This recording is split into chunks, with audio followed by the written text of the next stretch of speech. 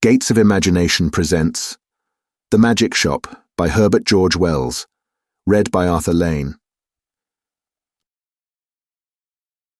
I had seen the magic shop from afar several times. I had passed it once or twice, a shop window of alluring little objects, magic balls, magic hens, wonderful cones, ventriloquist dolls, the material of the basket trick, packs of cards that looked all right and all that sort of thing, but never had I thought of going in until one day, almost without warning, Gip hauled me by my finger right up to the window, and so conducted himself that there was nothing for it but to take him in. I had not thought the place was there, to tell the truth, a modest-sized frontage in Regent Street between the picture shop and the place where the chicks run about just out of patent incubators, but there it was, sure enough. I had fancied it was down nearer the circus, or round the corner in Oxford Street, or even in Holborn, always over the way, and a little inaccessible it had been, with something of the mirage in its position. But here it was now, quite indisputably, and the fat end of Gip's pointing finger made a noise upon the glass. "If I was rich," said Gip, dabbing a finger at the disappearing egg, "I'd buy myself that, and that," which was the crying baby. Very human, and that, which was a mystery, and called, so a neat card asserted, "Buy one, and astonish your friends." "Anything," said Gip, "will disappear under one of those cones. I have read about it in a book. And there, Dada, is the vanishing halfpenny, only they've put it this way up so's we can't see how it's done. Gip, dear boy, inherits his mother's breeding, and he did not propose to enter the shop or worry in any way. Only, quite unconsciously he lugged my finger doorward, and he made his interest clear. "That," he said, and pointed to the magic bottle.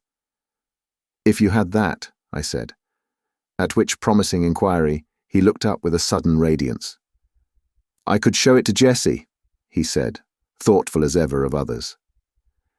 "It's less than 100 days to your birthday, Gibbles," I said, and laid my hand on the door handle.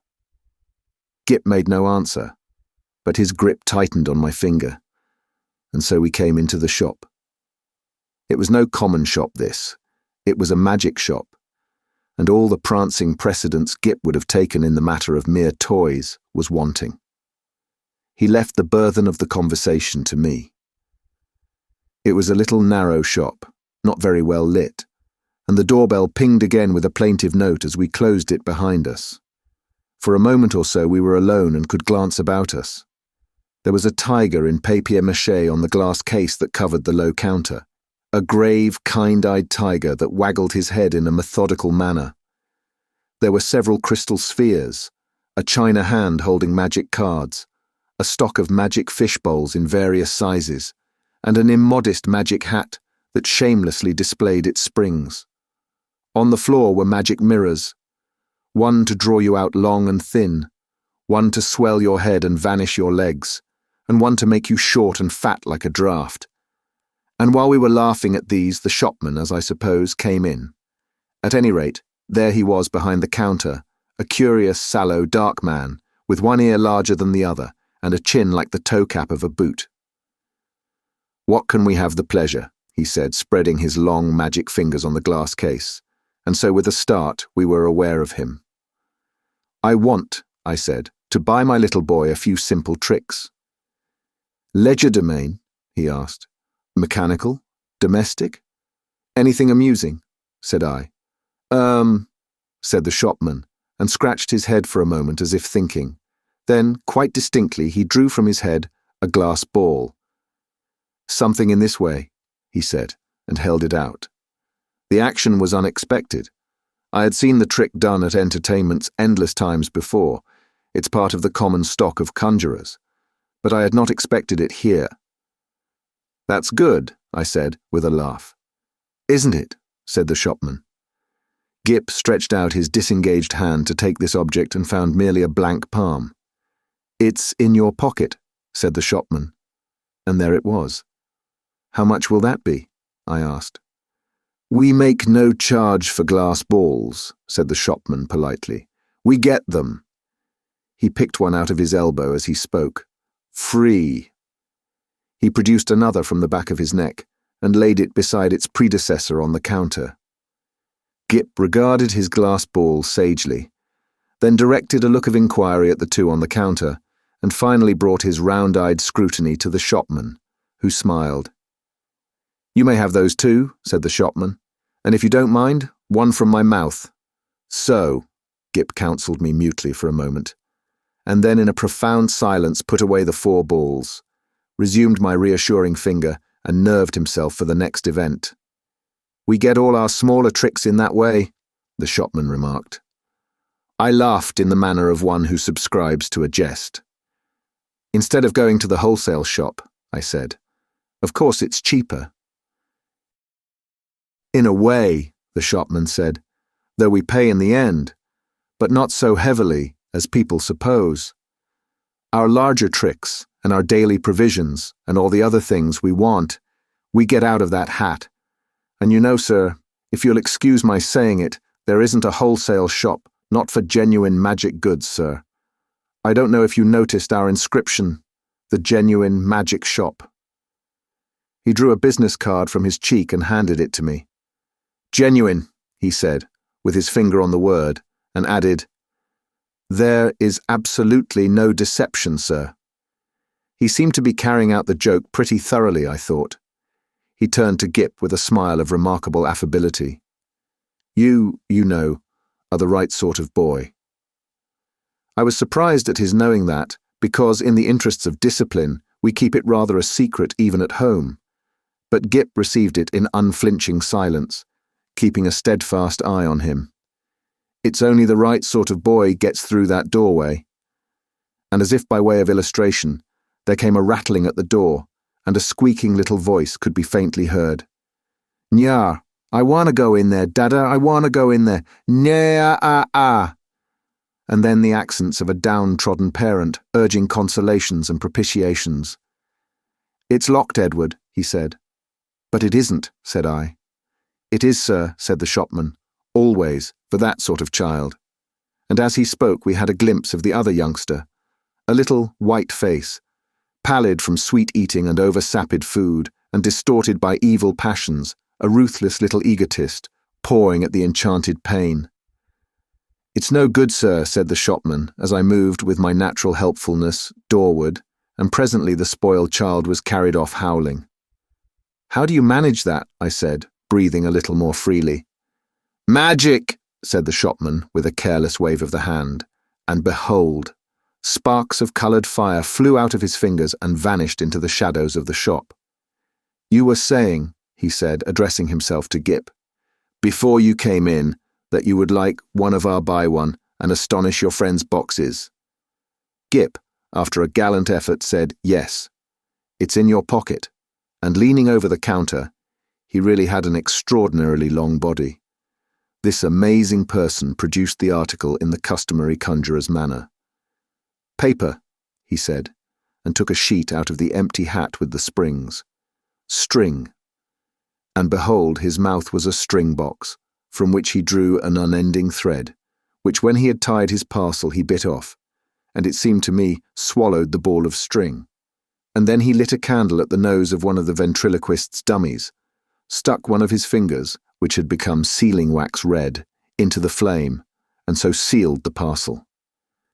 "Then there was the disappearing egg," he remarked, and produced one from within my coat breast, and packed it, and also the crying baby, very human.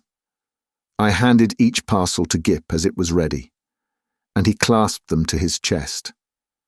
He said very little, but his eyes were eloquent, the clutch of his arms was eloquent.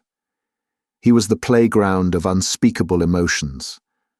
These, you know, were real magics. Then, with a start, I discovered something moving about in my hat, something soft and jumpy. I whipped it off, and a ruffled pigeon, no doubt a Confederate, dropped out and ran on the counter and went, I fancy, into a cardboard box behind the papier-mâché tiger. "Tut, tut," said the shopman, dexterously relieving me of my headdress. "Careless bird, and, as I live, nesting." He shook my hat and shook out into his extended hand 2 or 3 eggs, a large marble, a watch, about half a dozen of the inevitable glass balls, and then crumpled, crinkled paper, more and more and more, talking all the time of the way in which people neglect to brush their hats inside as well as out, politely, of course, but with a certain personal application. All sorts of things accumulate, sir. Not you, of course, in particular. Nearly every customer. Astonishing what they carry about with them. The crumpled paper rose and billowed on the counter more and more and more, until he was nearly hidden from us, until he was altogether hidden, and still his voice went on and on. We none of us know what the fair semblance of a human being may conceal, sir. Are we all then no better than brushed exteriors, whited sepulchres? His voice stopped, exactly like when you hit a neighbour's gramophone with a well-aimed brick, the same instant silence, and the rustle of the paper stopped, and everything was still. "Have you done with my hat?" I said, after an interval. There was no answer. I stared at Gip, and Gip stared at me, and there were our distortions in the magic mirrors, looking very rum, and grave, and quiet. "I think we'll go now," I said. "Will you tell me how much all this comes to?" I said on a rather louder note, "I want the bill, and my hat, please." It might have been a sniff from behind the paper pile. "Let's look behind the counter, Gip," I said. "He's making fun of us." I led Gip round the head-wagging tiger. And what do you think there was behind the counter? No one at all. Only my hat on the floor, and a common conjurer's lop-eared white rabbit lost in meditation, and looking as stupid and crumpled as only a conjurer's rabbit can do. I resumed my hat, and the rabbit lolloped a lollop or so out of my way. "Dada," said Gip, in a guilty whisper. "What is it, Gip?" said I. "I do like this shop, Dada." So should I said to myself, if the counter wouldn't suddenly extend itself to shut one off from the door. But I didn't call Gip's attention to that. "Pussy," he said, with a hand out to the rabbit as it came lolloping past us. "Pussy, do Gip a magic." And his eyes followed it as it squeezed through a door I had certainly not remarked a moment before. Then this door opened wider, and the man with one ear larger than the other appeared again. He was smiling still, but his eye met mine with something between amusement and defiance. "You'd like to see our showroom, sir," he said, with an innocent suavity. Gip tugged my finger forward. I glanced at the counter and met the shopman's eye again. I was beginning to think the magic just a little too genuine. "We haven't very much time," I said. But somehow we were inside the showroom before I could finish that. "All goods of the same quality," said the shopman, rubbing his flexible hands together. "And that is the best. Nothing in the place that isn't genuine magic and warranted thoroughly rum. Excuse me, sir." I felt him pull at something that clung to my coat sleeve, and then I saw he held a little wriggling red demon by the tail. The little creature bit and fought and tried to get at his hand, and in a moment he tossed it carelessly behind a counter. No doubt the thing was only an image of twisted India rubber, but for the moment, and his gesture was exactly that of a man who handles some petty, biting bit of vermin. I glanced at Gip, but Gip was looking at a magic rocking horse. I was glad he hadn't seen the thing. I said in an undertone, and indicating Gip and the red demon with my eyes. "You haven't many things like that about, have you?" "None of ours. Probably brought it with you," said the shopman, also in an undertone, and with a more dazzling smile than ever. Astonishing what people will carry about with them unawares. And then to Gip. "Do you see anything you fancy here?" There were many things that Gip fancied there. He turned to this astonishing tradesman with mingled confidence and respect. "Is that a magic sword?" he said. "A magic toy sword. It neither bends, breaks, nor cuts the fingers. It renders the bearer invincible in battle against anyone under 18. 1/2 crown to 7 and 6pence according to size. These panoplies on cards are for juvenile knights-errant and very useful. Shield of safety, sandals of swiftness, helmet of invisibility." "Oh, Daddy," gasped Gip. I tried to find out what they cost, but the shopman did not heed me. He had got Gip now. He had got him away from my finger. He had embarked upon the exposition of all his confounded stock, and nothing was going to stop him. Presently I saw with a qualm of distrust and something very like jealousy that Gip had hold of this person's finger, as usually he has hold of mine. No doubt the fellow was interesting, I thought, and had an interestingly faked lot of stuff. Really good faked stuff. Still, I wandered after them, saying very little, but keeping an eye on this prestidigital fellow. After all, Gip was enjoying it, and no doubt when the time came to go, we should be able to go quite easily.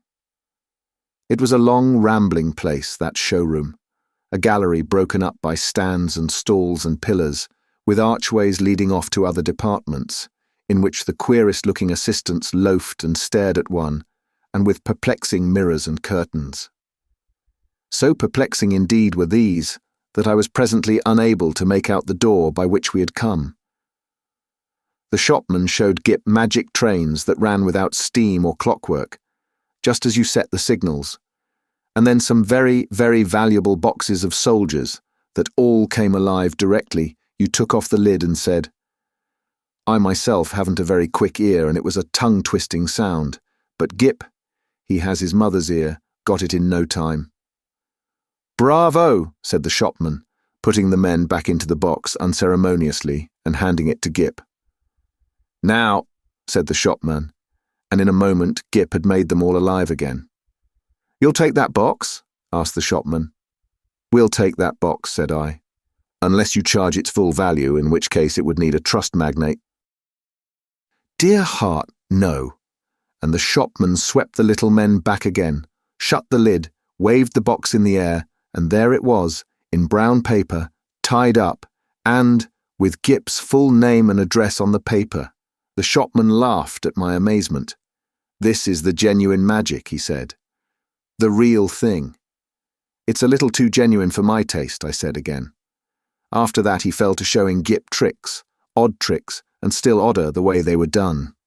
He explained them, he turned them inside out, and there was the dear little chap nodding his busy bit of a head in the sagest manner. I did not attend as well as I might. "Hey presto," said the magic shopman, and then would come the clear, small hey presto of the boy. But I was distracted by other things. It was being borne in upon me just how tremendously rum this place was. It was, so to speak, inundated by a sense of rumness. There was something a little rum about the fixtures even, about the ceiling, about the floor, about the casually distributed chairs. I had a queer feeling that whenever I wasn't looking at them straight, they went askew and moved about and played a noiseless puss in the corner behind my back. And the cornice had a serpentine design with masks altogether too expressive for proper plaster. Then abruptly my attention was caught by one of the odd-looking assistants. He was some way off and evidently unaware of my presence. I saw a sort of three-quarter length of him over a pile of toys and through an arch. And, he was leaning against a pillar, in an idle sort of way, doing the most horrid things with his features. The particular horrid thing he did was with his nose. He did it just as though he was idle and wanted to amuse himself. First of all it was a short, blobby nose, and then suddenly he shot it out like a telescope, and then out it flew and became thinner and thinner until it was like a long, red, flexible whip. Like a thing in a nightmare it was. He flourished it about and flung it forth as a fly fisher flings his line. My instant thought was that Gip mustn't see him. I turned about, and there was Gip quite preoccupied with the shopman and thinking no evil. They were whispering together and looking at me. Gip was standing on a little stool, and the shopman was holding a sort of big drum in his hand. "Hide and seek, Dada," cried Gip. "You're he." And before I could do anything to prevent it, the shopman had clapped the big drum over him. I saw what was up directly. "Take that off," I cried, "this instant! You'll frighten the boy. Take it off!" The shopman with the unequal ears did so without a word and held the big cylinder towards me to show its emptiness. and the little stool was vacant. In that instant, my boy had utterly disappeared. You know, perhaps, that sinister something that comes like a hand out of the unseen and grips your heart about. You know it takes your common self away and leaves you tense and deliberate, neither slow nor hasty, neither angry nor afraid. So it was with me. I came up to this grinning shopman and kicked his stool aside. "Stop this folly," I said. "Where is my boy?" "You see," he said, still displaying the drum's interior, "there is no deception." I put out my hand to grip him, and he eluded me by a dexterous movement. I snatched again, and he turned from me and pushed open a door to escape. "Stop," I said, and he laughed, receding. I leapt after him, into utter darkness. Thud.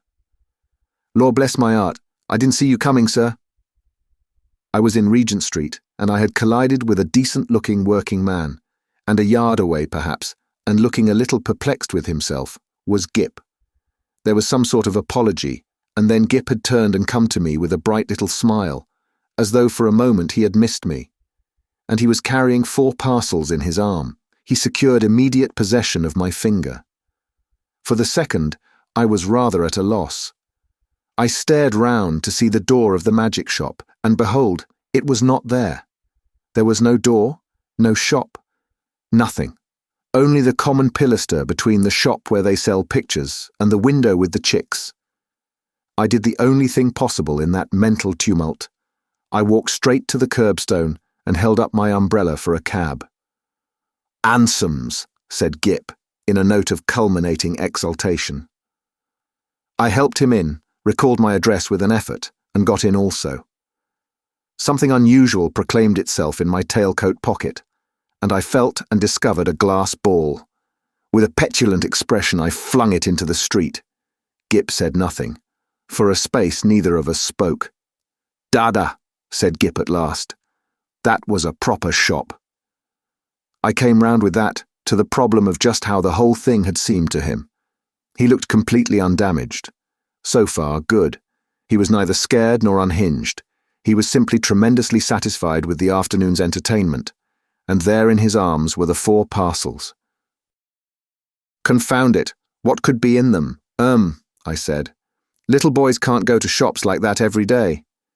He received this with his usual stoicism, and for a moment I was sorry I was his father and not his mother, and so couldn't suddenly there, coram publico, in our hansom, kiss him. After all, I thought, the thing wasn't so very bad, but it was only when we opened the parcels that I really began to be reassured. 3 of them contained boxes of soldiers, quite ordinary lead soldiers, but of so good a quality as to make Gip altogether forget that originally these parcels had been magic tricks of the only genuine sort, and the 4th contained a kitten, a little living white kitten in excellent health and appetite and temper. I saw this unpacking with a sort of provisional relief. I hung about in the nursery for quite an unconscionable time. That happened 6 months ago, and now I'm beginning to believe it is all right. The kitten had only the magic natural to all kittens, and the soldiers seem as steady a company as any colonel could desire. And Gip? The intelligent parent will understand that I have to go cautiously with Gip.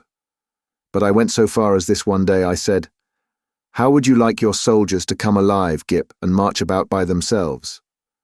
"Mine do," said Gip. "I just have to say a word I know before I open the lid." "Then they march about alone?" "Oh, quite, Dada. I shouldn't like them if they didn't do that."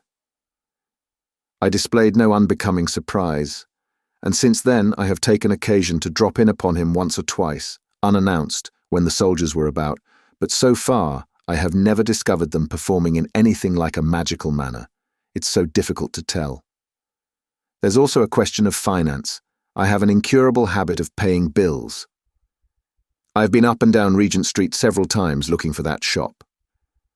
I'm inclined to think indeed that in that matter honour is satisfied, and that, since Gip's name and address are known to them, I may very well leave it to these people, whoever they may be, to send in their bill in their own time. Thank you for listening. If you like our recordings, consider liking this video and subscribing to our channel so you don't miss any more audiobooks.